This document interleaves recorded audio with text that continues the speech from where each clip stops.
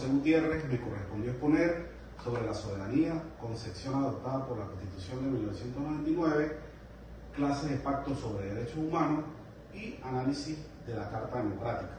Ahondando en el tema, podemos decir que la soberanía no es otra cosa que el poder político supremo que corresponde a un Estado independiente, sin interferencias externas.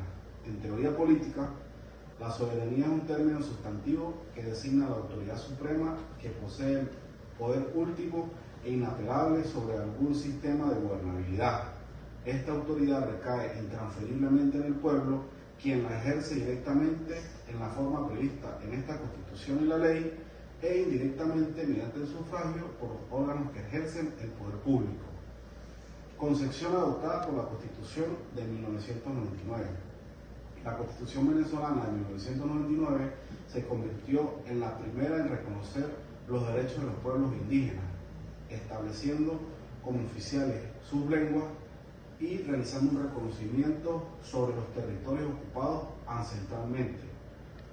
¿Cuáles son los tipos de soberanía en Venezuela? Puede hablarse de tipos de soberanía dependiendo del aspecto del poder político que se trate. Por ejemplo, soberanía política, soberanía económica o financiera, soberanía alimentaria, soberanía tecnológica o soberanía militar.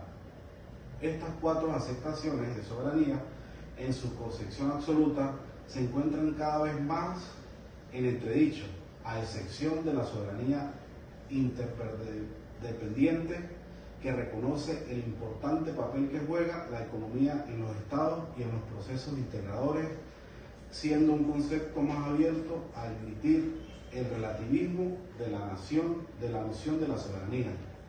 Otro aspecto que debe considerarse es que si bien la soberanía es delimitada en el propio ámbito constitucional estatal, no es menos cierto que las relaciones internacionales limitan y clasifican a los estados, otorgando sus estatus de reconocimientos internacionales, como tales en los respectivos organismos mundiales y regionales, como lo es la ONU. Clases de pactos de derechos humanos. En las últimas décadas se ha ido afianzando en la comunidad internacional la idea de que el respeto de los derechos fundamentales de la persona o derechos humanos forman parte del orden público internacional.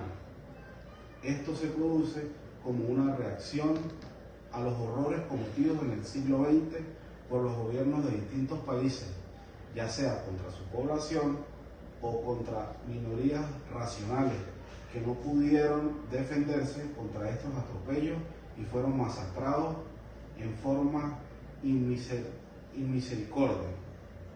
Ante la impunidad del Estado surge esta forma de defender a las personas que por una u otra razón fueron víctimas de los atropellos, los abusos e incluso la eliminación física, en cada vez más frecuente abuso del Estado en todas las partes del mundo.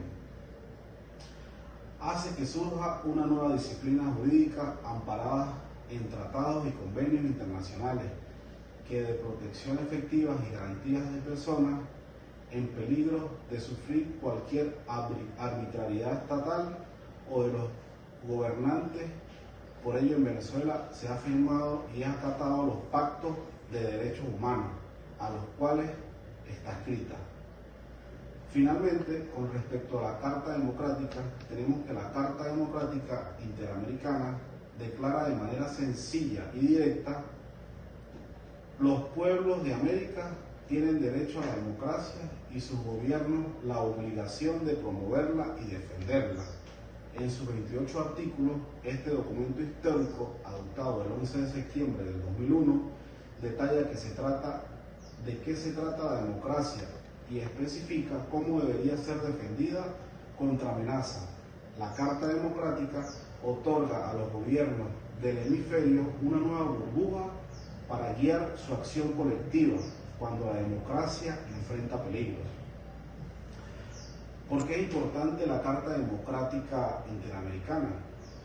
Refleja la voluntad política de 34 naciones democráticas.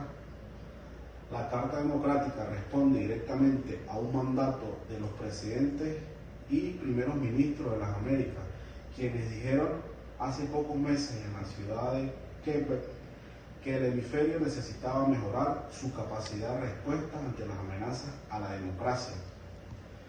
Defiende por primera vez lo que los países miembros de la OEA consideran los elementos esenciales de la democracia.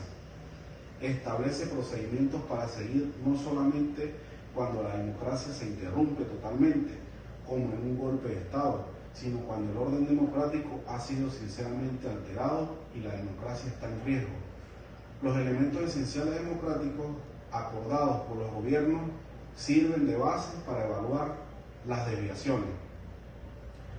Fortalece las bases jurídicas de la democracia en el hemisferio, junto con los principios y prácticas que han evolucionado en el marco de la OEA. La Carta Democrática ofrece herramientas para utilizarse en la defensa de la democracia.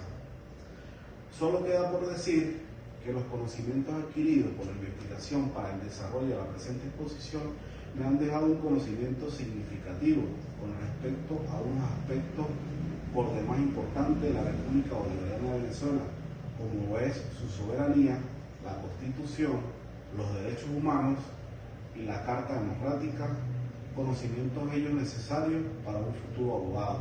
Muchas gracias.